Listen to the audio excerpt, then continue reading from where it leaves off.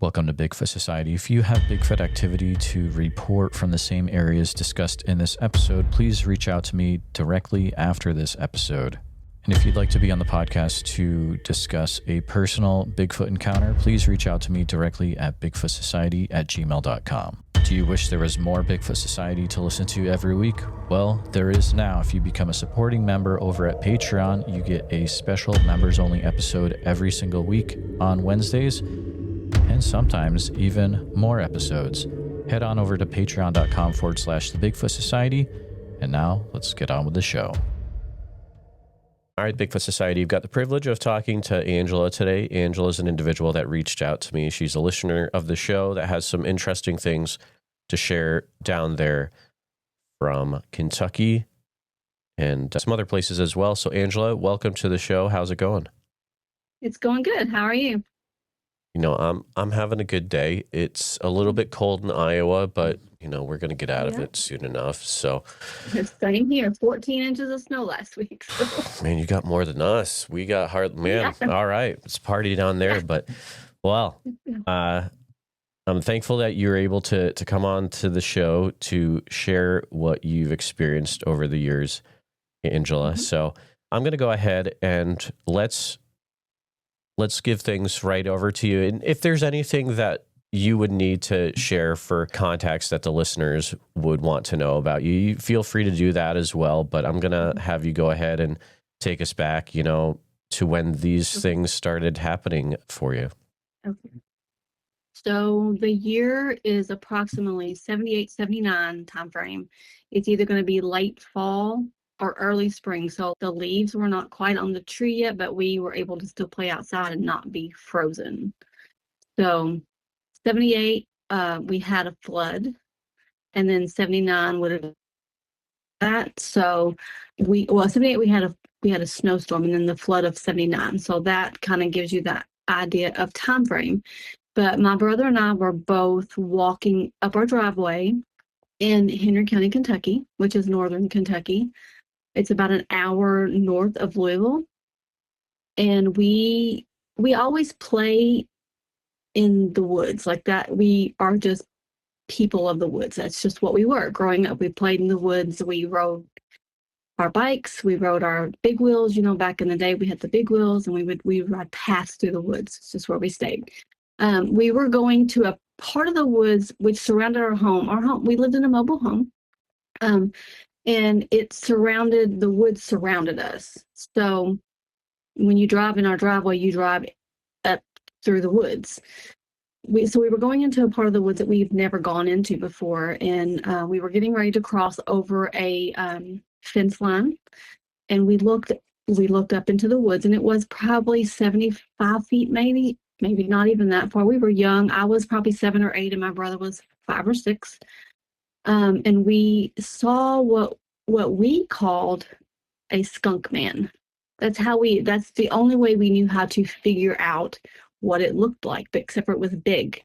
It was behind a tree looking at us, watching us play, because we probably had been riding our bikes, and it was peeking. So it was behind a tree with its hands on the tree, but its head looking around the tree at us.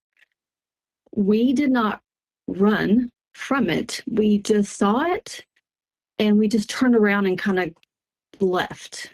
But when we looked back, it was gone.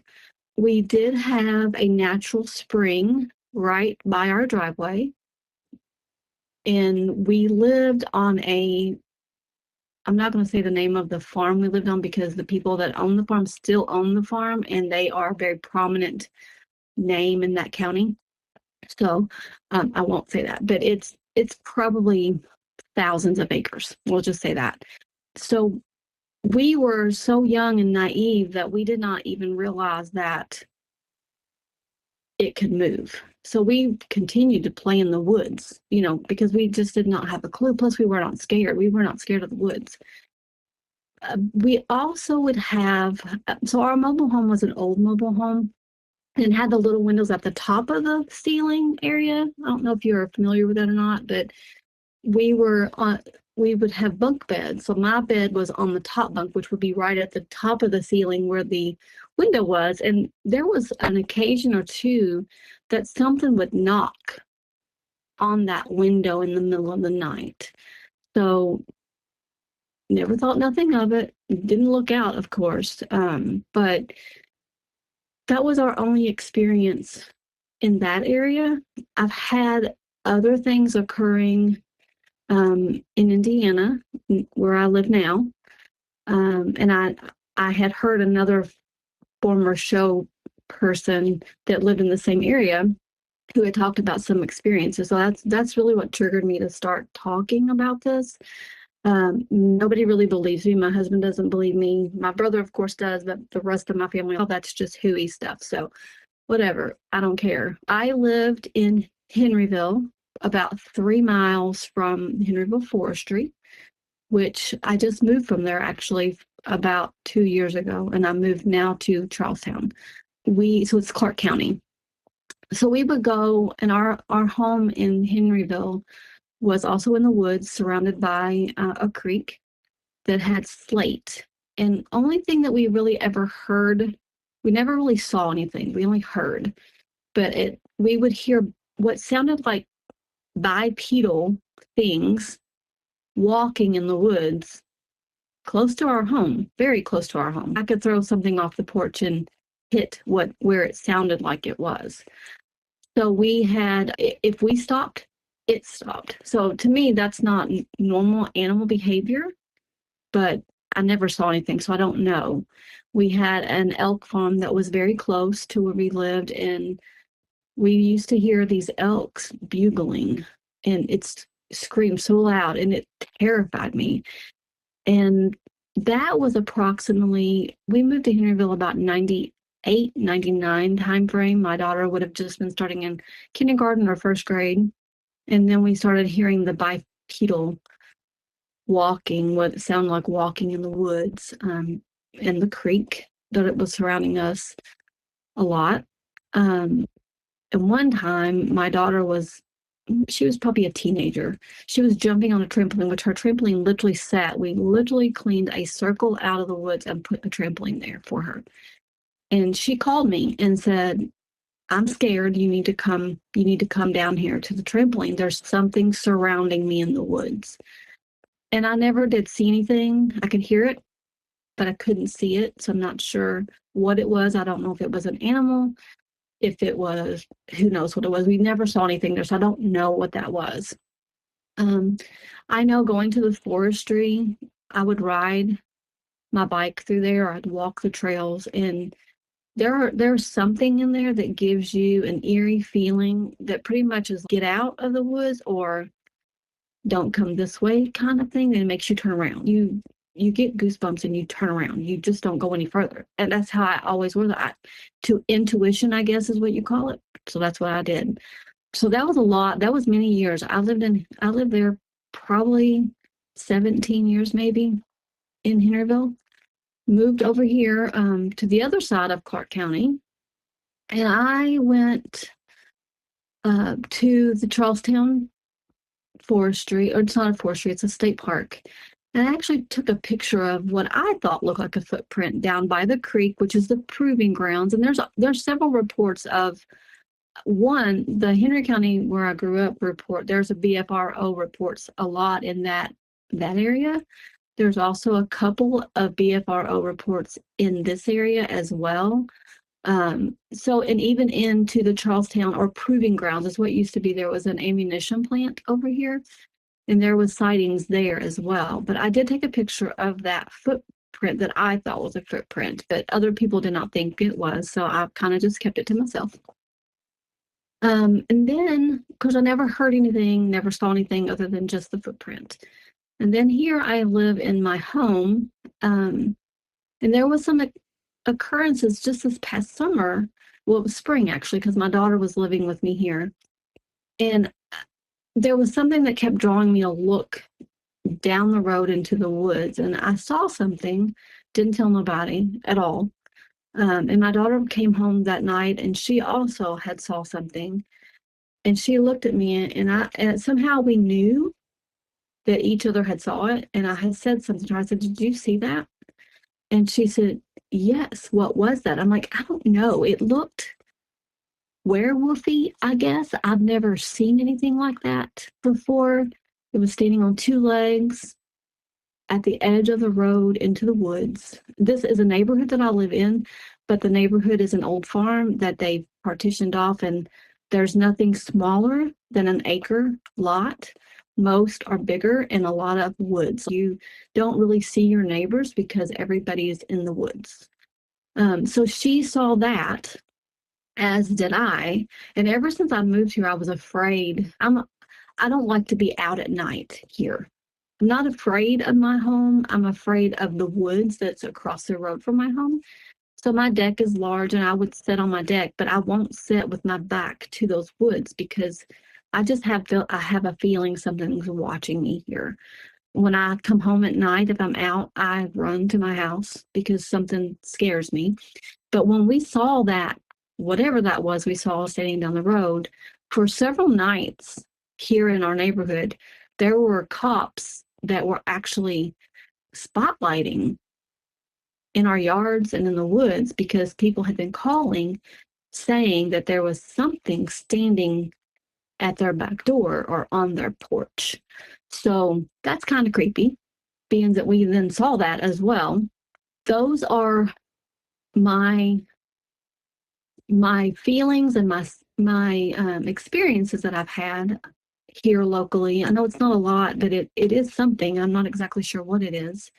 And I am surrounded by so many areas that I kayak at a lake here, and I hike in Madison, which is Clifty Falls. I hike there by myself, and many times I get those feelings, something's watching me or something's near. Over in Henryville, though, I know like when I'm in there a lot, you hear, I guess this is what they are like nuts falling from a tree. Doesn't matter what time of year it is. It always seems like there's nuts falling from trees in the same areas, kind of. And I have ran off the road riding my bicycle because I'm busier looking into the woods than I am looking ahead of me. I know it's not safe, but that is what I do because something draws me that way. So I'm not sure. I'm an outside person, so I love nature. I love anything that has to do with outside. So maybe that is what it is. I'm not really sure, but something draws me in to look in certain places. So those are pretty much my experiences, I guess you'd say, that I've had. I don't know of anything else that has happened other than those few little things, but yeah, that those are my stories. And my brother was okay with me telling that he was involved as well with the Henry County story because we are the only two that really talk to each other about it because nobody believes us. Angela, thank you for sharing what you've experienced over the years. I definitely have a Yeah. few questions for you. Sure. Okay. First off, going back to the late 70s, when you and your brother had the sighting of the skunk man in the woods, my Yeah. first question is, why would you call it the skunk man? It was dark colored hair, fur is the only reason I think that we called it a skunk man. Like we had never seen anything like that before. And it just had dark fur is the reason why we called it the skunk man. It had normal hands like us. Gotcha. Was there any smell around that time as well? So I have no sense of smell. I've never had a sense of smell. So I've asked my brother that question. He said no. He said he could not smell anything. That's a really interesting detail to know then. So at no point have you been able to know, oh, there's a weird smell around here, which may be associated, sometimes that's associated with Sasquatch. So what would you say is probably the estimate of how tall that the skunk man was that you saw? I would estimate it being 6 to 7 foot tall, probably. He was wide. I know he was bigger wide than the tree, but how wide I couldn't really tell you. I was so little and just in shock of what I didn't know what I saw. Actually, I had no clue what I had saw. So I was kind of in shock. I can't make out any facial features. I just know his head was round and dark. It was just dark fur, just covered, and he was covered in fur. And I don't remember seeing his, like, there's no ears, face. I say he looks more human-ish, monkey type, not really monkey, not like ape monkey, but humanish monkey type, if that makes any sense. Sure. You said covered with hair everywhere, or were there certain areas where it may be worn down hair? Or... Like his shoulders and his arms, like from what I could see from his head down his neck, his shoulders and his arms were covered in hair. I don't recall the face being covered in hair. But I can't tell you that. I don't know. I don't recall it being covered in hair. I just know that his shoulders and his arms and his head part was covered in hair. Dark hair. Were there any parts that were covered with non-dark hair, like maybe white hair? No, not that I recall. Okay. And I don't, like I said, I don't know why we called him a skunk man. I don't have a clue why we call. I guess because we always had wild critters as pets, and we had skunks as pets, and maybe that's what we related it to, that it looked most like that than anything else we had. I don't know.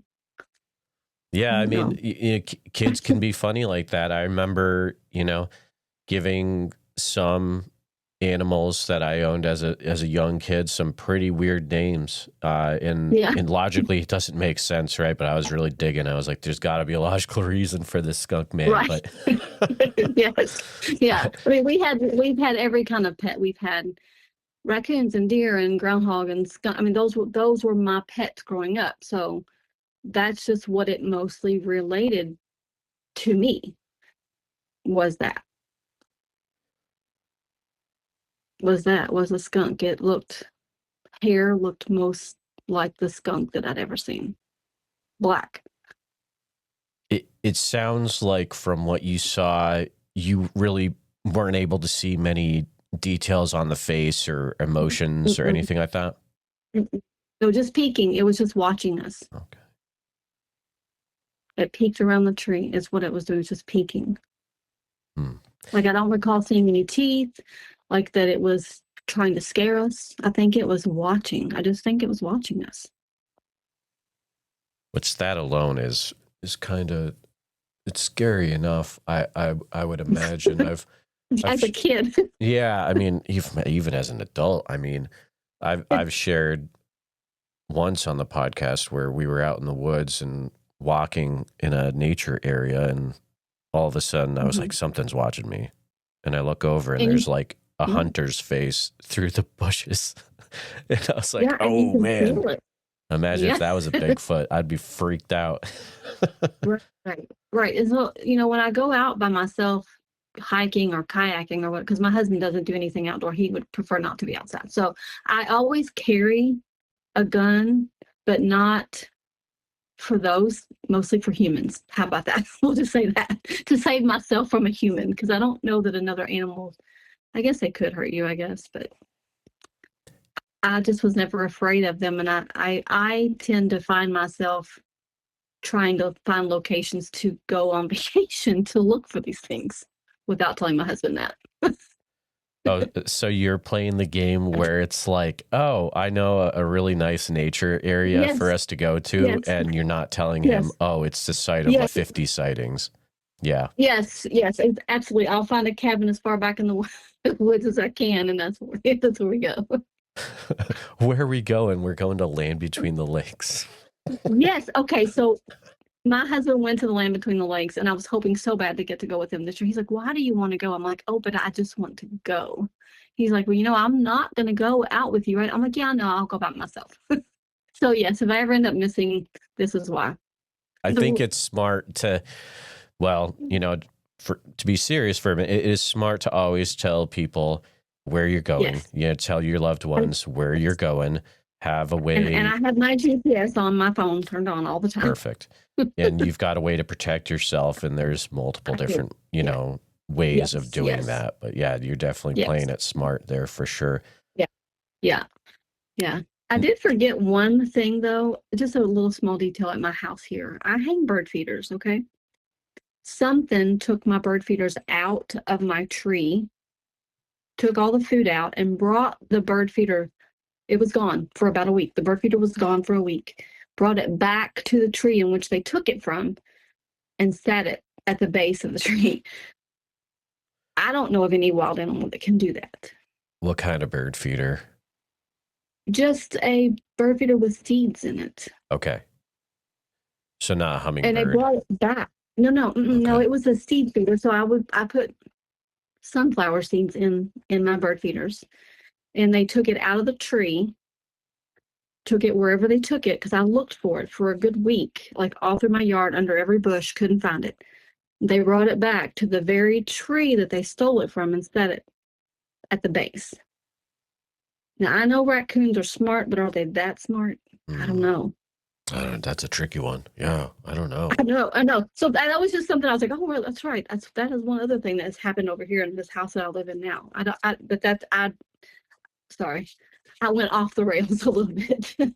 No, I think it's not out of the question, because I'm remembering all these accounts that I've been told or heard over the years, where it's like everything from, Bigfoot getting a piece of cobbler out of a plastic container that's in a plastic bag that's 8 to 9 feet up in a tree hanging there, and then putting it all back after being licked clean. And then you hear the stories about, the Bigfoot opening up the peanut butter jar and then, scooping out the peanut butter with its fingers. I believe that is Tom Shea. So I don't think, it's out of the question that something like that could do that to a bird feeder, right? I don't think that's crazy and all. And they didn't tear it up. That's what I find fascinating. Like, it was still in one piece. Oh, sure. So it's, it's not like it's a bear where it's just like going to tear everything up and it's like, I don't care, I'm going to get this, I'm going to get whatever's in there. But it's something that can intelligently take it apart and open it and bring it back to the tree they stole it from. And that just happened last year here. Yeah. So yeah, there's lots of interesting things but I try to tell my husband these things, and he's like, oh, raccoon did that. I'm like, I raised raccoons and I don't recall them ever being that smart. So they're smart, but I'm not sure that they're that smart. I can't wait to read all of the raccoons are smart comments on YouTube. They are. They're smart. They're smart. I mean, they do some wild stuff, right? So yes, they do. Yeah. Yes, we had, when my son was a baby on a bottle, we had raccoons that were also taking a bottle. So so they shared bottles together. My son and the raccoons that we raised shared bottles together. So, it's. Well, that's cool. Oh, well, there you go. Yeah. Yeah. I wanted to go back to the 70s sighting for a minute. So after this happened, did you tell your parents right away then about what happened, or? No. Me and my brother are the only two that talked about it together for probably 40 years, maybe 35 to 40 years. Then we told nobody but each other. So to me, that's probably one of the more fascinating parts of the story, is not talking about it to anyone else for that long. What were the main reasons that you both would keep quiet about something like that for almost 40 years? I don't know if it was because we just did not know what it was, and so we just didn't say anything to anybody, or we just didn't think they would believe us. And that might have been it. I mean, we were so young, it's hard to say why we didn't talk about it, or maybe we weren't even supposed to be on that side of the woods. I have no idea. So that's why we didn't tell them. That's a possibility. We weren't supposed to be over there. Makes sense. But we just never told anybody. He and I both talked to each other about it, but nobody else. Would people in that area ever talk about seeing Bigfoot as well? Do you remember that from when you were growing up? Do you have neighbors that No. would report stuff? Or? Mm-mm. No, not that I ever heard anybody talk about. Now there are a lot on the BFR website now from that area, yes, but nothing that I recall. And like all of my uncles were hunters.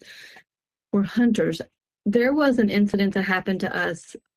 We were little, like little teeny tiny, maybe 4 and 2. We had, I thought it was a person in a gorilla suit. That's why I didn't say anything, because that's still what I think it is, that tried to rip the screens off of one of our windows when we were little. But my mom always said that that was someone dressed in a gorilla suit that was just trying to get in to harm us. But I don't know that that's true. But I don't know that for sure. I don't know that for sure. It all is in the same range of the hill that we grew up on. It was all in that same range, so they could walk the ridge from the house that the gorilla ripped the screen off of to where we had our actual sighting in the woods. That was why I didn't think about that when I was telling you. I don't know, but because I still think it's a gorilla and somebody in a suit. It's same property. It's not the same property, No. not the same owners of the property, but the owners have land around that property, but it's the same ridge line. So if you think about like mountainous ridge line, even though it's not mountains, they're just big hills, it is all the same ridge line. So yeah, and there's caves. There's lots of caves in those hills. And so I want to be, well, I'm going to say is carefully as when we grow up and become adults, and you look back at those childhood memories and you remember the things that your parents tell you, and you're like, okay, like I get, and you're like, I don't know if that's actually, do you ever have that thought where it's like, was it really someone in a gorilla costume that was trying to get through our window? Yeah, actually, I didn't really have that until when I started thinking about having this conversation with you, and I'm like, oh, you know what? That's the same ridge line. Is that really what happened, or was that really a person, or was that really one of them people that we called Skunk Man at the time? I don't know. So that does make me question that. For certain, it does. I've got goosebumps even thinking about that. Right, we were little. Because you're out in the woods. Yes, out in the woods. And not a lot of neighbors around you? No. Okay. We had an old Vietnam vet that lived near us who was crazier than a loon, but would he put on a monkey suit? I don't think so. He never came out of his house. So I don't know. So yeah, it really, that makes me question if that really truly was a man in a monkey suit, or because it was big. I recall it was huge when it was ripping. It was loud, ripping the screens off of the windows, and it was actually ripping the screens off the windows of our bedroom, where 2 little kids would be sleeping. So, do you remember? Did it get to the point where, let's say this individual in the gorilla costume, did it actually start to put its hands inside the window, or was it stopped before that point? It was stopped for that point because my mom yelled at it and told, what she said was, I have a gun and I will shoot you if you don't leave. Loudly, like she kept repeating that. I recall her repeating that. And it left. But it never made it, like putting its hand. It was I don't know if it was summertime or not, because I would have thought that if it had ripped the screens off, it would have gotten its hands inside the windows. But it was loud. I do recall it being loud when it was ripping the screens off the windows. And you're extremely young at this point. I'm very young. I'm probably 4, maybe 5. Maybe. Okay. 4, probably pushing it. So that's that's hard to say that those are accurate memories, but I do recall that part of that thing, and my mom explaining to me that that was a man in a monkey suit. All right. And I guess that's how I never thought of it any different because I was so little. I didn't think of it anything any different. Did you ever talk to this, or did you ever talk to your mom about this when you were older? Not the man in the monkey suit. I did talk to her about the exciting that me and my brother had in the late 70s, 78, 79 timeframe where we saw it peaking. And she believes me. So that makes me think she might have had some kind of experience. My mom's been a hunter, an avid hunter her whole life. My whole family have been avid hunters. So I would think that they would have seen things, maybe. Maybe that's why she told us it was a man in a monkey suit. Maybe she didn't want to scare us. I don't know. I don't know. I can't speak for that because that's what she told us. But we did talk. I did talk to her about the other incident where me and my brother actually saw the pinker. I guess that is what you call it, the skunk man that we called it. But never have I said anything else to her about the man in the monkey suit. Yeah, and I would say your mom definitely handled that the right way because, you know, what parent is just going to fly off the handle and be like, hey, he's trying to get in and take us out, and then just start blasting everywhere? That's not what you're going to do as a parent. You're going to, you know, raise your voice, not start blasting, especially if you have really small. Well, there's some people that probably go back and forth on that, but you know what I mean? So, logically, you either had a Bigfoot that was trying to get in your room and who knows why, or you had a crazy person in your neighborhood that was dressed up in a gorilla costume and ripping the screen off your window and still trying to get into your room. Either way, it's a bad day, you know? It's a bad day. Yeah. Oh my goodness. So I've had some experiences. Yeah, no, this is some wild stuff. Do you remember? It's tough because you're so young. We know how your mom reacted to it. Do we know how your dad reacted to the whole ordeal? So my dad was in the military. Oh, okay. And was on home. It was just mom and 2 kids. That's all that was there. Yeah. Oh, that's even another twist to it. Wow.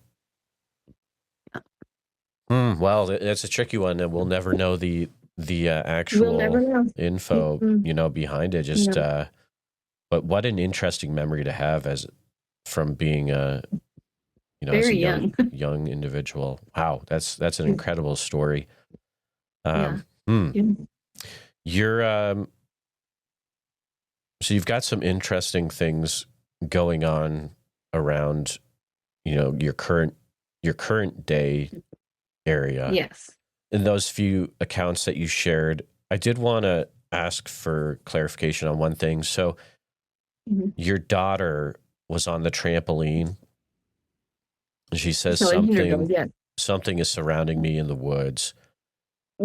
She didn't see anything though, but could she just hear things around her then, or? Yes, that's all she could hear was things around her. And I heard things when I went down there. I heard things. And she was driving at that time, so I would say she was at least 16 when she was. So it was later in the afternoon. Actually, it was almost dark, or maybe even dark, because I had to use a flashlight. Well, it gets darker in the woods, so you always take a flashlight in the woods anyway. And so, but you could hear the things in the woods, whatever it was. My daughter and I both are. She actually sees people who have been passed on before she ever met them. She sees those people sometimes. And I have premonitions of things that's going to happen. So we have some empath stuff going on as well. Both of us do. So I want to, so your daughter can see people before they pass on, you saying? No, she sees people that she's never met that's already passed on. Oh, so like Bruce Willis stuff. Like yes, she can actually. Yeah. She actually was explaining to us what somebody looked like that she saw. She's never met that person before, but she described them to a T. I have premonitions of people having injuries or death before they occur myself. I don't sleep well. Those have come true. Yes. Really? So I don't sleep well because I don't like to sleep, because that's usually where these premonitions come to me, is when I sleep. When did those both start happening for you? So my premonitions started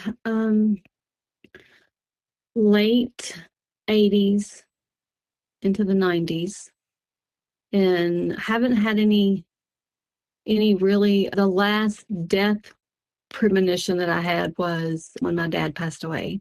Sorry. And then my daughter, though, she's always, ever since she was able to talk, she would talk about dead people that she's never met. So she would tell me so and so was sitting on her bed at night, and I'm like, okay, well, there's nobody here. That person is not alive. Right. So she would see dead people always. But we still have feelings when there's spirits around, I guess you'd say. So both her and I love old cemeteries. I guess there's probably a reason for that, because we connect, maybe. So every year her and I will go, we call it cemetery walking, and we will just pick random cemeteries and walk and clean graves. That's what we do.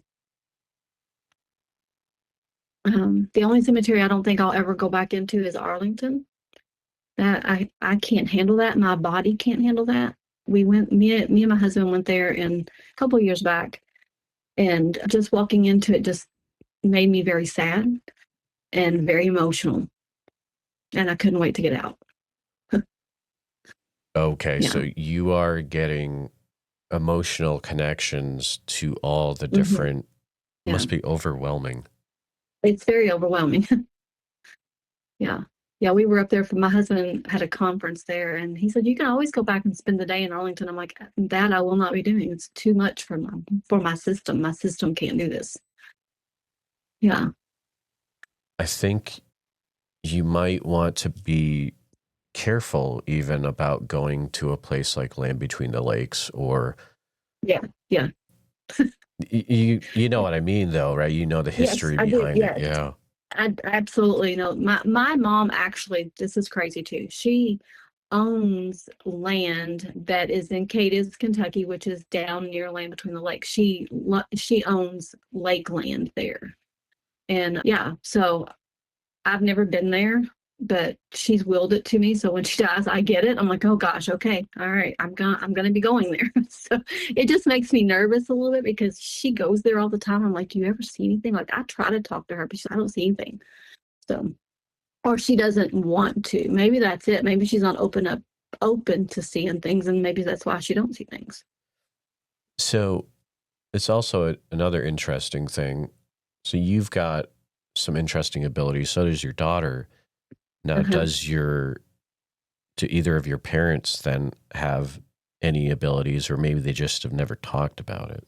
I don't think they've ever talked about it. I know that everywhere that my mom has ever lived, or her family has ever lived, has been haunted. And I don't know if that's brought with, or it comes out because of them being there. So my grandmother, she would see aliens. She would tell me that the aliens were coming to visit. We never believed her until my mom one day was taking her home, and her whole house was lit up. And of course, my grandmother said, well, I've missed them. They've come to visit, and I've missed them. And my mom was shocked when she said that. And she was like, I saw it from my own eyes. I never believed it, but her whole area was just glowing, where these beings, is from what my grandmother said, were there to visit. And she said they would visit often. So yeah. Was that also in Kentucky? Yes, same county. Wow. Yeah. So I think my family have abilities. I just don't know that any of them are really tapped into them. Or maybe they don't want to be tapped into them. I don't know. Yeah, I'm guessing there's probably some, almost to the effect of you're experiencing something, but you're in heavy denial about it. So you're just trying to shut it down type deal. Yeah. Wow. That is just incredible. You had mentioned that you both had seen something that looked wolfish outside outside the house. Yes. I really can't. It was on whatever this thing was. It looked. That's what we said. It looked like a werewolf. Is what I said. It looked like it had more of a snout-like thing. It was very hairy. I did not see any hands. All I seen that it was standing. Don't really recall the legs because it took me by surprise when because I had walked up to the mailbox and looked down the road and I was like, what is that? And I kept staring at it and it didn't move. And then I was like, okay, well, I'm gonna go back to the house because I'm scared. And then she came home later that afternoon and she said, did you see that? I'm like, oh my gosh, she sees exactly what I see. I don't know what this is. I've walked down there. I don't see what that was. I don't see that what it could have even been. Could have been a tree, a sign, a statue. I don't see any of that in that area because it's just right down the hill from me. And I've walked down there and I didn't see anything now, but I did see it at that time. And then, like I said, there were many nights that the cops were over here shining spotlights into the woods and yards looking for something that someone had been saying that was on their back porch at their door, which to me is odd. Yeah, absolutely. This is an enclosed, I don't want to say it's an enclosed, but it's not a drive-through neighborhood. So every road ends. So you either have a purpose in here or you're in here for no good. That's, you're not going to drive through a street and get out onto another street. You're going to come to a dead end at the woods and you're going to have to turn around. Right. So it's not like it's not a thoroughfare, I guess, for other people. It's mostly the people you see back here are the people that live here. Yeah, that makes sense. Yeah. When you saw the wolf-like creature, was it actually moving around or was it just kind of hanging out in one spot? It was just standing in one spot. That's all at the edge. So it was back off. So the edge of the road drops over a ravine into the woods. And it was just kind of standing at the top of that ravine area at the edge of the woods roadway. Not quite on the road, not quite in the woods, just kind of in that line. Did you see if it had ears at all? I think it had ears. I believe they were standing up on their head. From what I could tell, it looked like a dog to me, like a big, huge wolf-like dog on two legs. Could you see any of the muscles of the wolf-like creature? Not really. Not really. It was not really dark yet. But it was darkish into the woods area, like the shady area.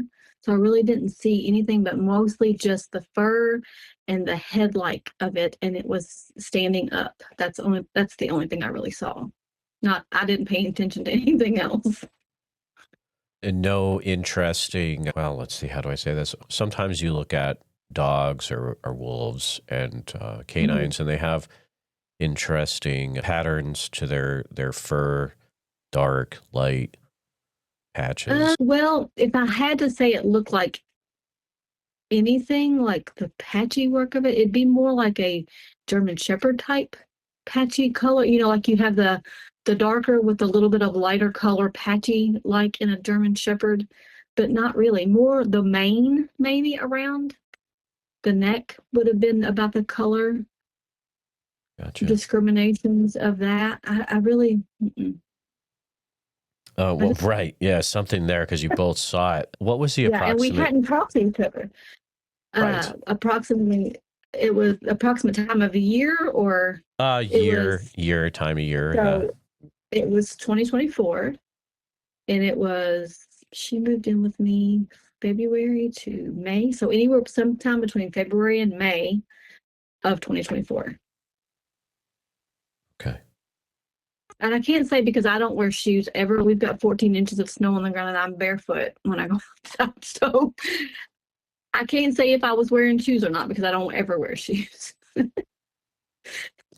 That's how I gauge the hot and cold time, but I can't gauge that by myself because I never wear shoes. So Right. So you've had a lot of really interesting things happen outside the houses that you've yes, had over the years. Does yes. anything out of the ordinary happen inside the houses? No, not really. I mean, I hear things, but I mean, I don't put anything together. Nothing gets moved. Now my daughter does, but I don't have anything that happens inside the houses. No. Now I know growing up when I would stay at my grandmother's house, they definitely had a haunting. You could hear, because it's back in the day when you would draw water out of a bucket or out of a cistern, and you would have that dipper. You would hear that dipper hitting the bucket, and there'd be nobody in there. But I personally have not had anything inside my homes happen. No. Sure. Do you feel like there's been any time where you've had a type of communication with any of the creatures that you have seen or been near?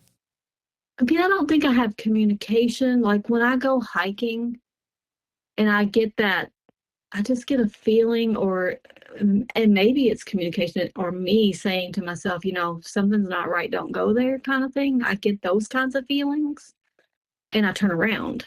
So that could be a communication, but I don't think of it as another voice in my head. I think it's just something don't feel right, turn Right. around kind of thing.